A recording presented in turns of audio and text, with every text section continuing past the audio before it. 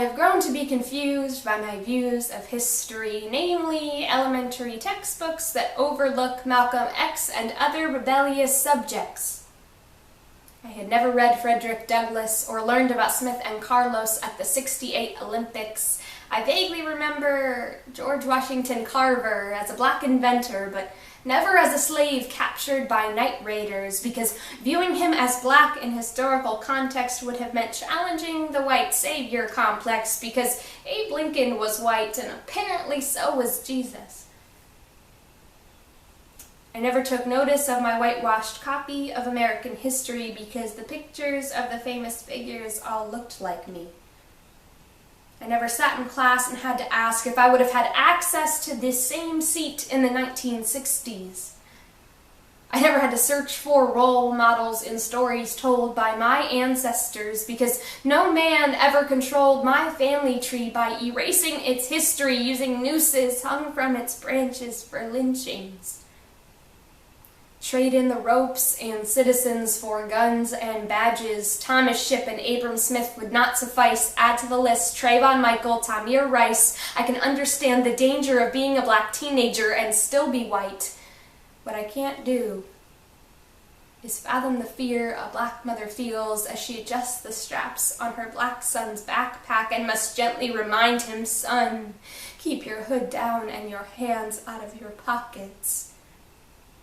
I can't understand the alienation when a young black girl voices her frustration that her classmates won't stop tugging at her afro and the teacher has the audacity to dismiss it as curiosity, and so grows the animosity when the white child is granted the freedom of discovery with no intent of reciprocity. No wonder there is a black national anthem. When there is so much left to be done, let us march on till victory is won. My God, we're not even asking the right questions. I have heard people ask, why is the black man so angry, when what we should be asking is, who thought he'd be over 250 years of slavery? And if you think we already have equal opportunity, please travel to Detroit, Chicago, and Philly and tell me that is the education you want for your children. We have failed our posterity.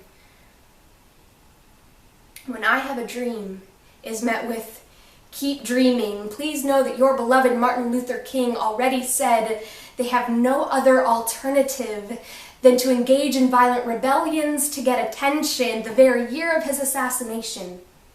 He spoke the words, "A riot is the language of the unheard." So before you condemn broken windows and trash can fires, please inquire as to why the streets are filled with anything but pacifiers. Maybe it's because they've never been at peace. So what's the difference if it ends up in the streets? Social studies didn't teach much on the side effects of the white woman's side clutch as she hugs her purse. It's as if a sign in flashing neon lights blinks, "We must never touch." So he adjusts his step a little to the left. Imagine the sidewalk is a modern-day drinking fountain with a sign that reads "Whites only," and the excuse is it's just for her safety.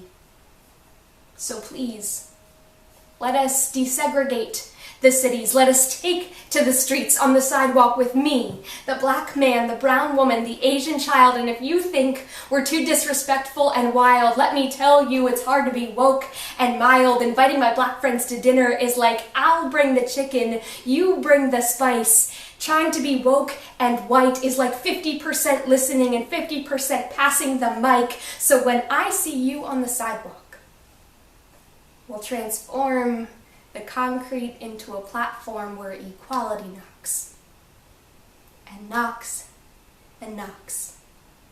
Because our children will not read a textbook that overlooks the walls we shook.